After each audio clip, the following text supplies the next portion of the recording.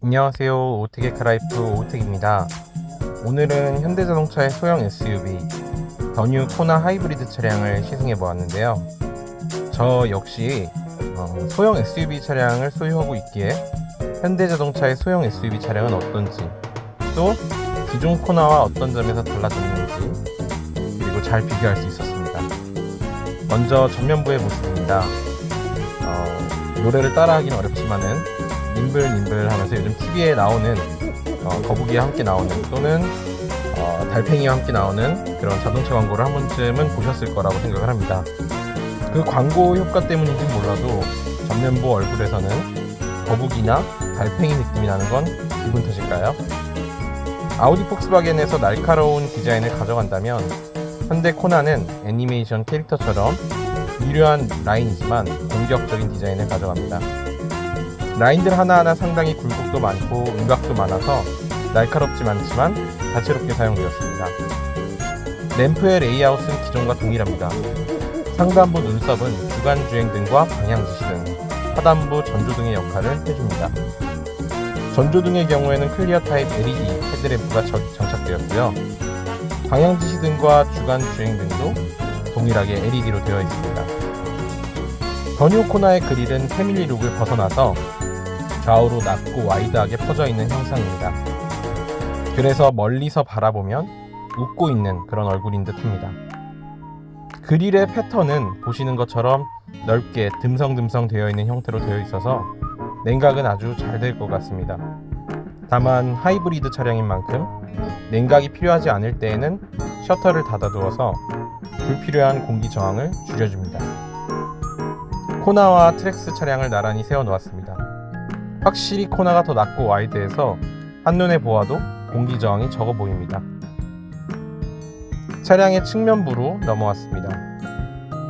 측면부는 기존 코나와 동일하며 짧은 전장과 휠베이스 루프라인까지 정말 찰떡궁합 거북이인 것 같습니다. 사실 그렇긴 해도 측면부는 기존과 크게 달라진 부분이 없습니다. 페이스리프트 차량이기 때문이죠. 그래도 기존 코나는 전면부와 측면부 디자인의 궁합이 그리 맞다는 느낌을 받지 않았었지만 더뉴 코나로 넘어오면서 꽤 자연스러운 디자인 연결과 디자인 컨셉이 맞는다는 느낌을 받았습니다. 휠의 디자인도 기존과 동일한 형상의 휠이 적용된 것 같더라고요. 그래서 누가 봐도 전혀 하이브리드스럽지 않은, 오히려 스포티함과 화려함이 느껴지는 휠 디자인이었습니다. 사이즈도 하이브리드답지 않게 큽니다.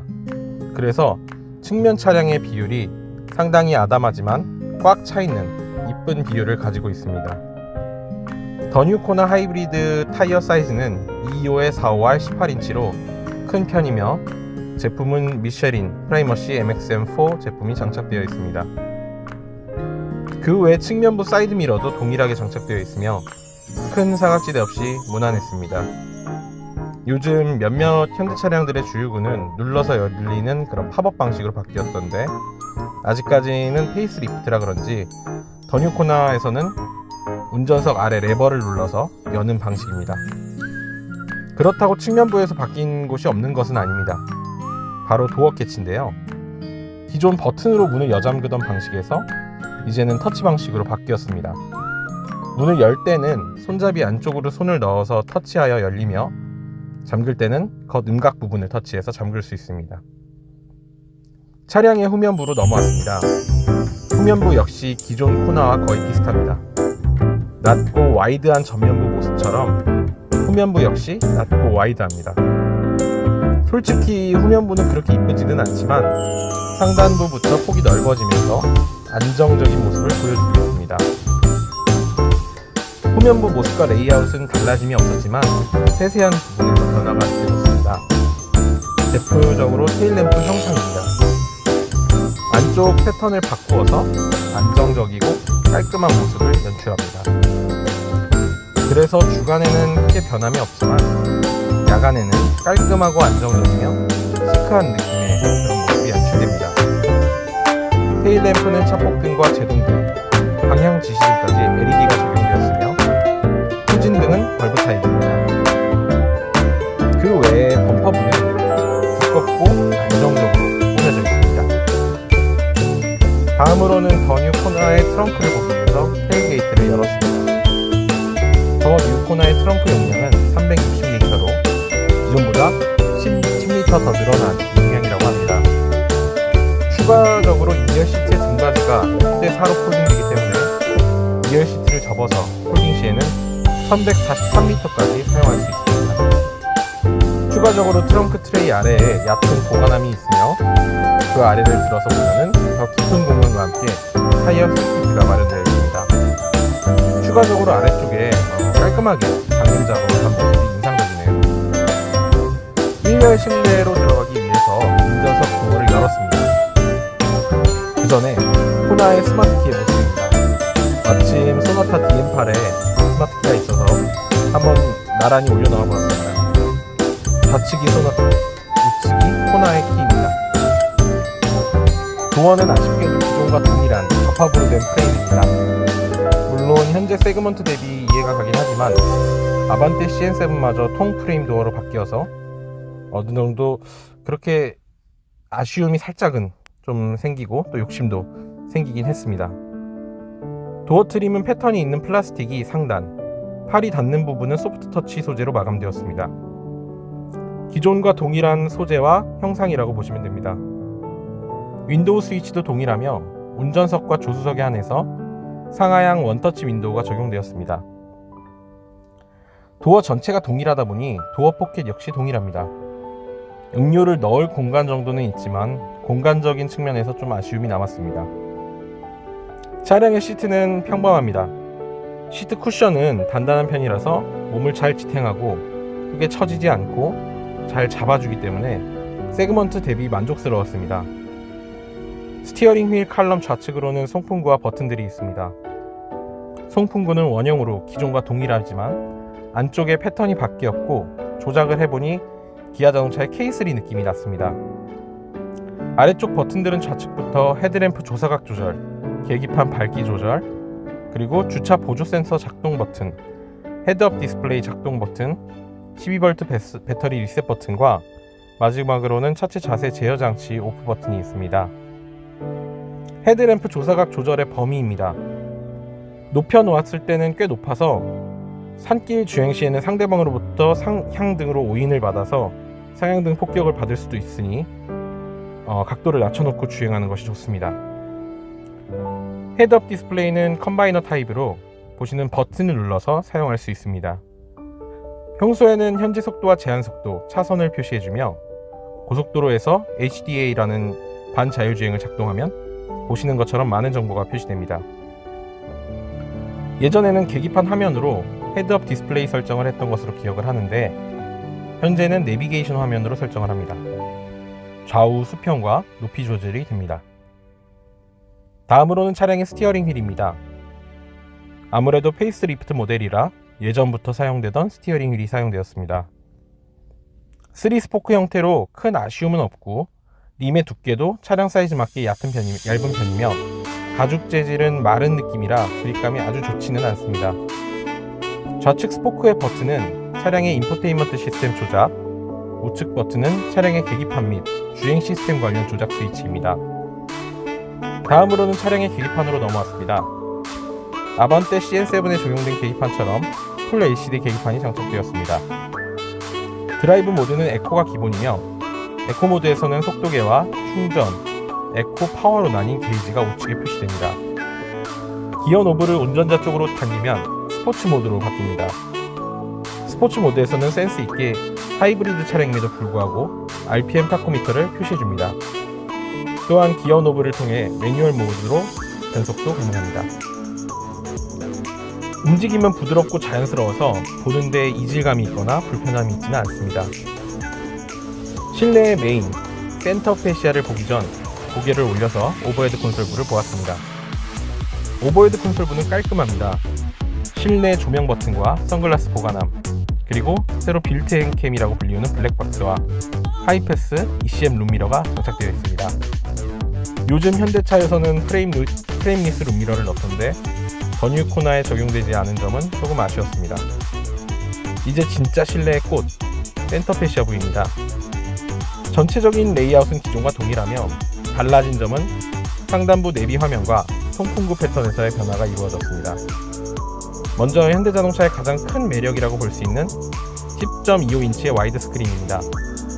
소나타, 산타페 등 다양한 현대차에서 경험해봤던 화면이죠. 넓은 사이즈만큼이나 최대 3분할까지 가능하며 그 외에도 현재 라디오의 방송국 정보와 현재 흘러나오는 라디오 음악도 표시되는 기능도 추가되었습니다. 오른쪽에 태풍 마크를 누르면 표시가 되더라고요. 후방 카메라의 화질은 좋은 편이며 야간에도 노이즈가 심하지 않고 버벅임이 없어 보기 편합니다. 아래쪽으로는 송풍구와 공조장치 조작 버튼이 있습니다. 싱글존 오토 에어컨이며 가운데 공조장치 상태 표시창이 마련되어 있어서 현재 어떤 방식으로 공조장치가 작동하고 있는지 보기도 편합니다.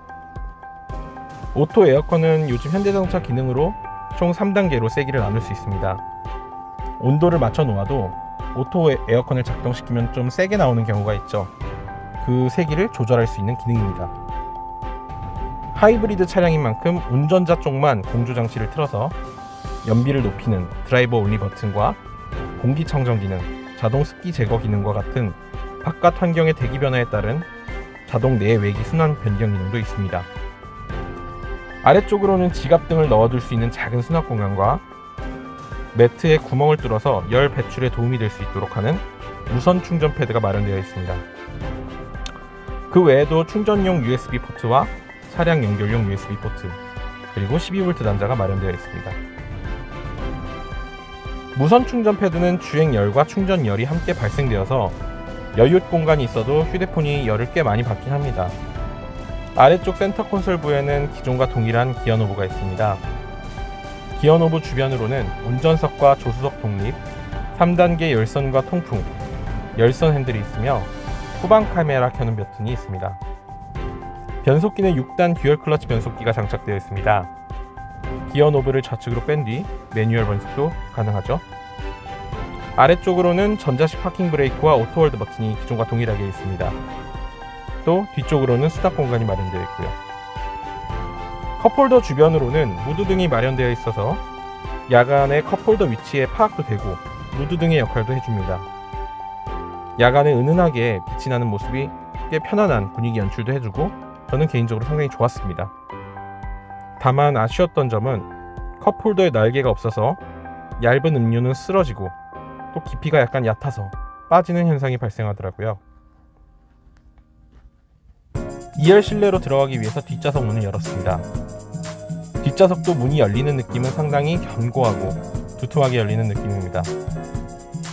세그먼트가 있어서 도어 트림 재질은 그렇게 좋지는 않지만 그래도 팔이 닿는 부분에 소프트 터치로 마무리를 하였습니다.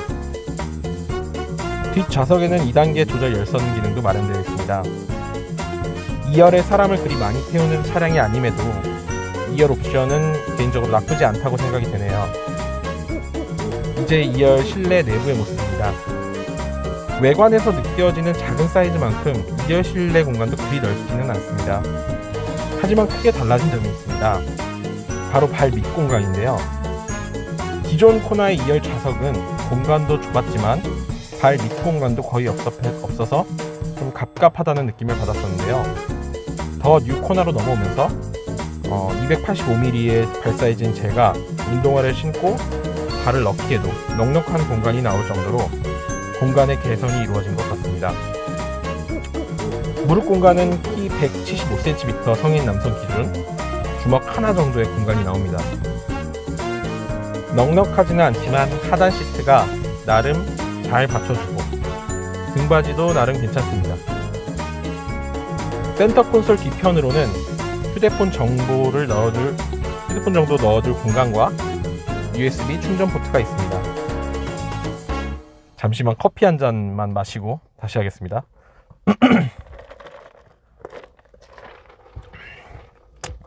네, 감사합니다. 이제 더뉴 니로에 탑승해서 시동 버튼을 눌렀습니다. 하이브리드 차량인 만큼 시동을 걸어도 시동이 걸렸다고 느껴지지 않습니다. 다만 엔진이 냉각되어 있는 경우에는 초반 엔진 개입이 되지 않더라도 엔진에 시동이 걸리긴 합니다.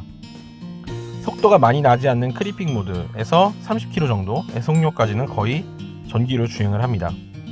그래서 정체 구간과 같은 저속 영역에서는 거의 전기차와 주행 질감이 같다고 보셔도 됩니다. 하지만 그 이상으로 속도가 올라가면은 엔진이 개입되면서 모터는 출력을 서포트해주는 역할을 합니다. 1.6L 터보 엔진과 모터의 궁합으로 시내 주행에서의 가속감은 부족하지 않고 경쾌합니다. 다만 제동의 경우에는 부드럽고 일관적인 제동 시에는 잘 멈추지만 페달 담력이 정도에 따라 일관적이지 못합니다. 그게 무슨 말인가 하면 앞 차량이 제동을 해서 지그시 제동을 하는 도중에 앞 차량의 추가적인 제동으로 조금 더 강하게 제동 페달을 밟았을 때 예상하는 것보다 확 멈추는 현상이 발생합니다. 운전자 입장에서도 어느 정도 이 정도 밟으면 이 정도 멈추겠지 라는 생각을 갖고 페달을 밟았는데 생각보다 더 강한 제동을 해버리는 바람에 페달 담력에 대한 어느 정도 이질감이 생깁니다. 아마 개인적인 생각으로는 회생제동에서 실제 브레이크 제동이 작동을 하게 되면서 발생하는 오차라고 생각되어집니다. 승차감의 경우에는 차량 사이즈 대비 아주 깔끔하고 좋다고 느껴집니다. 전체적으로 단단한 느낌의 승차감을 가지고 있지만 잔 요철들은 부드럽게 걸러주며 차량의 덩치의 한계에서 오는 큰 흔들림들 역시 불쾌하게 실내로 들어오지 않습니다. 항상 현대차의 승차감에 대해서 느낌을 비유하는 것이 바닥에 두툼한 이불을 깔고 주행하는 듯한 느낌이라고 말합니다. 그래서 결론적으로 시내 주행은 경쾌한 가속감과 부드러운 승차감, 하지만 아쉬움이 느껴지는 제동 이질감으로 정리할 수 있습니다. 다음으로 고속도로 주행입니다. 고속도로 주행을 하면서 차량의 강성이 상당히 좋다는 느낌을 받았습니다. 차량이 하이브리드 차량인 만큼 꽤 부족하지 않은 출력이 나와주고 잘 달려주지는 못하지만 꾸준히 속도를 올려주는 느낌은 있습니다. 또한 한번 속도를 올려놓으면 차량의 고속 안정성이 좋아서 크게 감속을 할 일은 없습니다. 전륜구동 차량임에도 불구하고 짧은 전장과 좋은 차체 강성 덕분에 코너 진입의 느낌과 돌아나가는 느낌이 상당히 좋습니다. 또한 고속에서의 승차감은 꽤 단단하며 여럿이서 안락하게 갈 수 있다는 느낌은 아니지만 어느 정도의 노면 느낌이 올라오면서 불안하지 않은 주행을 제공하는 느낌을 받았습니다. 아직까지 독일 차들에서 느껴지는 고속에서의 착 가라앉는 듯한 그런 느낌은 따로 느껴지지 않았지만 그 느낌을 빼고 주행 안정성 자체로는 정말 흠잡을 곳이 없을 정도로 훌륭하다고 생각을 합니다. 그래서 저는 장거리 고속 주행을 할 때 차량이 없는 구간에서는 직접 운전을 하며 고속 주행을 즐겼고 차량 통행량이 있는 구간에서는 HDA라고 불리우는 고속도로 반자율 주행 시스템을 켜서 주행의 피로도를 낮췄습니다. 확실히 정체 구간에서 HDA를 켜는 것만으로도 주행 피로도가 3분의 1은 감소하는 듯 합니다. 참고로 정차 중에도 크루즈 컨트롤을 설정할 수 있으며 정차 후 재출발도 지원을 합니다. 다만 재출발 시에는 사진에 보시는 것처럼 버튼을 조작하거나 가속 페달을 눌러서 출발시킬 수 있습니다. 고속 주행 질감을 정리하면 단단한 승차감과 상당히 좋은 주행 질감, HDA를 통한 주행 피로도 감소, 그 정도로 정리할 수 있겠네요. 최종적으로 소형 SUV의 본질에 맞게 잘 만들어진 차량으로 보여집니다. 다만 제가 보기에는 운전을 배우는 첫 차량으로 사용하기엔 조금 아깝다는 느낌을 받았고 두 번째나 혹은 그 이후의 차량으로 선택하는 것이 좋다고 생각을 합니다. 왜냐하면 첫 차로 느끼지 못하고 지내보내기 아쉬울 정도의 좋은 주행 성능과 또 초보 운전자들이 지나치기 아쉬운 주행 보조 옵션이 탑재되어 있기 때문에 제가 볼 때는 운전을 능숙하게 하시는 분께서 구매하셔야 이 차량의 진가를 100% 경험하실 수 있을 것이라 생각됩니다.